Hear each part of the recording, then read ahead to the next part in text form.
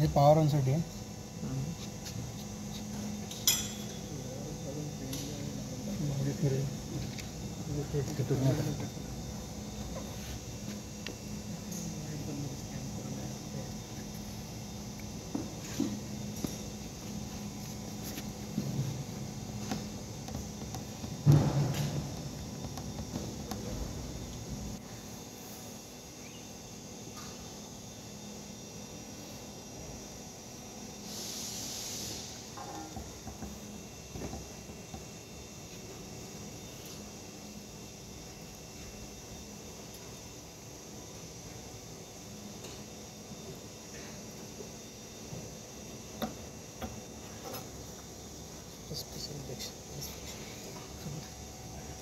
हे single home page येतं.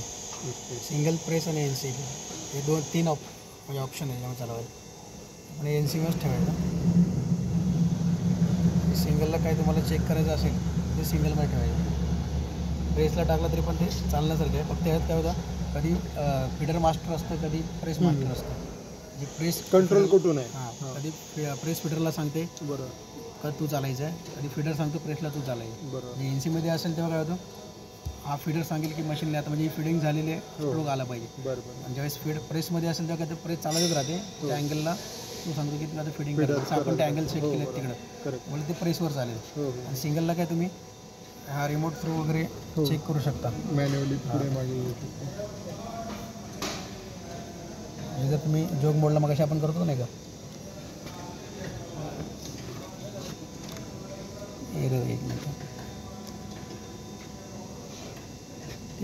ते कुठे मॅन्युअलला टाकायचं नाही, हे स्टॉपला ठेवायचं. अच्छा, स्टॉपला.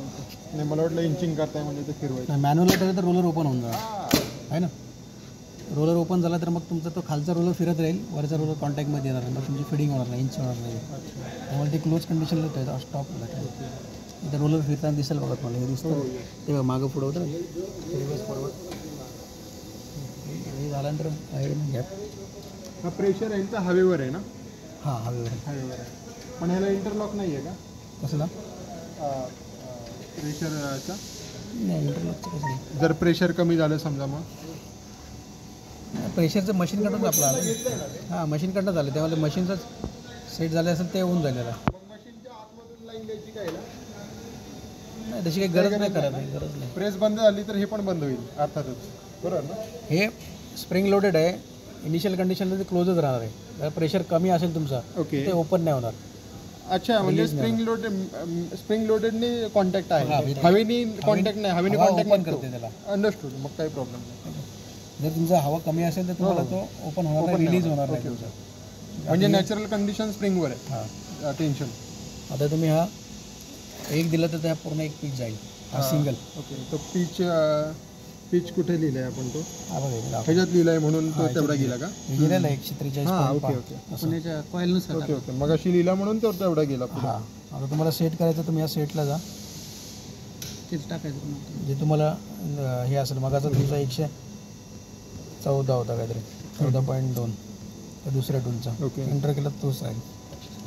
त्याच्यामध्ये हे 3-4 स्टेपचा एक प्रोग्राम असतो. मल्टिपल जे स्टेज राहतात ना, त्यासाठी रिक्वायरमेंट राहतं. पण आता तुम्हाला त्याची गरज नाही. तुम्हाला फक्त हा हे बाकीचे ऑफ करून ठेवा, नो म्हणून करून ठेवायचे.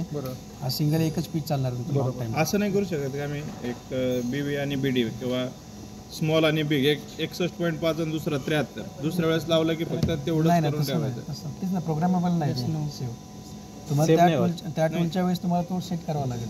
टूल चेंज झाला मी पार्ट नंबर टाकला, ह्याच्यावर टाकून ठेवले आणि यस केला, बाकीचे ऑफ केले आणि याला नो केला तर हे जे फिडिंग आहे ना सर, सिक्वेन्स असाच आहे का 1 ते 5? हा, म्हणजे हा एका जॉबसाठी ही सायकल चालली आहे. म्हणजे आता तुम्हाला सांगतो 5 स्टेशनमध्ये 5 स्टेशन असेल तुमच्या, 5 स्टेशनसाठी वेगवेगळ्या म्हणजे एका टूल मध्ये एकदा 100 mm द्यायचं, एकदा 20 mm द्यायचं, परत 30 mm द्यायचं, तर तो प्रोग्राम आहे. असं नाही की ह्या पार्टला वेगळं त्या पार्टला वेगळं, पार्ट वाईज नाही. मग ते सगळे कुठले तुम्हाला 3 स्टेज असेल तर 3 ऑन करायचे, येस करायचे असं. आता तुमचं एक चालतं तर एकालाच फक्त टूल चेंज झाला तर टूल त्याप्रमाणे तुम्हाला पिच चेंज करायचं आहे. इथे सेटमध्ये जाऊन किंवा सगळ्याला सेम टाकलं तरी चालेल. सेम टाकलं तरी चालेल, पण सगळ्याला येस करायचं. येस नाही करायचं. येस केला तर मग ते सगळे तसंच चालत राहील. पण त्याने फरक नाही पडणार. 5 स्टेशनला हा 5 स्टेशनला सेम चालत राहील असं होईल. सध्या मग याला 0 करून टाकायचे, जे लागत नाही ते 0 करून हा 0 करायचं. तुम्हाला एकालाच वापरायचं ते. हे फक्त कशाला तुम्हाला व्हेरिएबल जर पिच असते त्यासाठी तो प्रोग्राम आला करायला हरकत नाही, सेम येत जाईल. परत तुमची 6व्याला पहिल्यांदा ते एक चालू होईल. बरोबर पहिलं झालं. हे सेटसाठी हे आहे. ओके, त्या सेटच्या पेजमध्ये एवढंच आहे ना, एवढंच आहे पेज सेट करायचं. आणि फक्त हे सांगा, हे टाइम्स 1 आणि 2 चा अर्थ काय? हाच एकच पीच तुमचा 2 वेळा जायचा असेल तर ओके, आता 1 वेळाच तुमचा पाहिजे, एकच कॉन्स्टंट पाहिजे तुम्हाला. कॉन्स्टंट तोच पीच 2 वेळा जाईल, नंतर मग दुसरा पीच तुमचा असं जाईल. असं एक तो प्रोग्राम नंबर ऑफ टाइम. म्हणजे 5 ला तुम्ही 25 पण करू शकता. हे मॅक्सिमम किती वाढून तुमचं जसं प्रोग्राम तुमचा असेल त्याप्रमाणे तुम्ही याला सायकल देऊ शकता. आता सिंगल प्रोग्राम म्हणजे सिंगल टूलचा पिचचा आहे तर सिंगल एकच देत जाईल तो. ते कटिंग काउंटर काय इकडे किती तुमचे हे गेलेत कटिंग हो, म्हणजे इथून पिच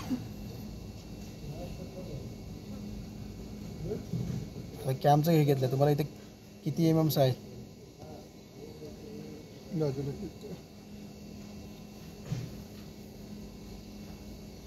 हे बघावं लागलं की काय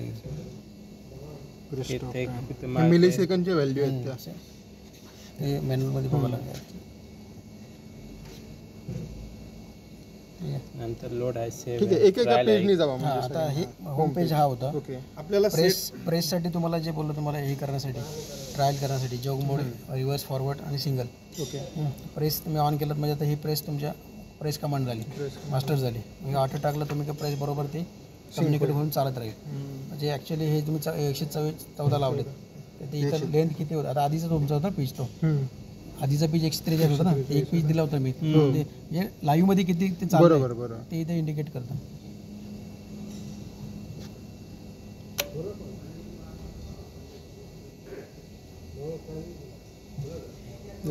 ते बटन नाही.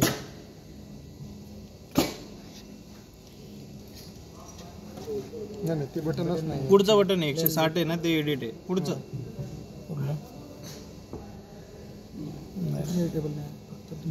Okay okay okay. आता आधी चाललं होतं ना ते रिसेट. आता इथून जर तुम्ही कमांड दिली आता इंचमध्ये मी घेतला 114 ने पुढे यायचं सिंगलला ते दाखवायला लागलं ना ते. 114 पैकी ते 8 mm पुढे गेले. ओके. ते आपल्याला परत ते रिसेट करायचं त्याला परत मागा नाही, नाही मागे नाही, तिथं 0 करून टाकायचं. रिव्हर्स पण रिव्हर्स पण तेवढे येऊ शकते का तिथून तुम्हाला पुढे झालं पाहिजे ते. किंवा तिथं 0 कधी मायनर तिथे तुम्हाला सेट करायला लागतं इंचिंग मोडमध्ये घेऊन. त्यावेळेस तुम्हाला तिकडे फायनल झालं तर ते 0 करून घ्यायचं, मग तिथून तो तेवढा चालत जाईल असं. आणि हे तुम्हाला इथून पण इथून जे होतं ना काम, पण ते इथून ऑपरेटर इकडं ते तिकडं, त्यापेक्षा मग इथून बटन रिमोट घ्या आणि तिकडे बघता बघता सिंगलला चालेल सगळं. हो, तुम्हाला दाखवत राहते टोटल काउंटर. जसं मशीनचं प्राईस आहे तसंच तिथे पण किती पिच पुढे गेले तुमचे एकूण टोटल ते दाखवत राहतं. पण हे जर कधी कधी याच्या एवढे झाले ना, किती 6 टाइम 9 आहेत ना, 6 टाइम 9 जेव्हा इथं होईल त्यातला रिसेट करायला लागणार. मग त्यावेळेस एरर येईल की ते रीच झालेत म्हणून. INCचा तर काय उपयोग नाही तुम्हाला आता. त्या INCमध्ये काय हा सांगतो प्रेसला कधी चालायचं ते. ओके, तुम्हाला प्रेसवर चालणार नाही. अच्छा, म्हणजे आपण दरवेळेस जे काही करायचं एडिट करायचं प्रेसवर करायचं. प्रेस नाही तुम्हाला एडिट करायचं इथं सिंगलवर करायचं, सिंगल मध्ये टाकायचं आणि मग त्यानंतर कुठल्या मोडला टाकायचं, ऑटोला टाकून हे प्रेसवर घ्यायचं. प्रेसवर चालवायचं प्रेसवर. जेव्हा सेटिंग करता तेव्हा सिंगल करून मॅन्युअल करायचं, आणि जेव्हा ऑटो करायचं असेल तेव्हा पण सिंगल करून फक्त हा स्विच सिलेक्टर स्विच ऑटोवर करायचा. इकडे काय नाही करायचं. ओके. आणि याच्यामध्ये तुम्हाला ह्याचं मोटरला पण तुम्ही कंट्रोल घेते. अरे सर्व मोटर जे आहे ते पण तुम्ही प्लस मायनस करून तुमच्या पर्सेंटेजने ते वाढवू शकता. की समजा काय होतं, हां जर समजा खूप लेट फिडिंग होते आणि मशीन ऑलरेडी येऊन जाते फास्ट, तर तुम्ही त्या मशीनचं स्पीड वाढवू शकता. ओके, एकदम नॉर्मली किती 40 वर ठेवता का तुम्ही? म्हणजे आता ते ट्रायलवरती डिपेंड आहे. ते तुमची त्या स्पीडला मशीन चालणार आहे. 114चा फीड बसला पाहिजे ते मशीन परत येईपर्यंत, नाहीतर वाट बघत 270 पासून 90 ला मशीन येईपर्यंत तेवढं पिच कंप्लीट व्हायला पाहिजे. असं वाटतं पिच शॉर्ट आला तर तुम्ही स्पीड वाढवून थोडं मशीन रिटर्न जाईपर्यंत फीड आला पाहिजे. 143 mm पुढे आलं पाहिजे तेवढ्या सेकंद, तेवढा स्पीड तुम्ही ते 500 स्ट्रोक आपण करत असेल तर किती स्पीडला चालवणार? 60. ओके ना.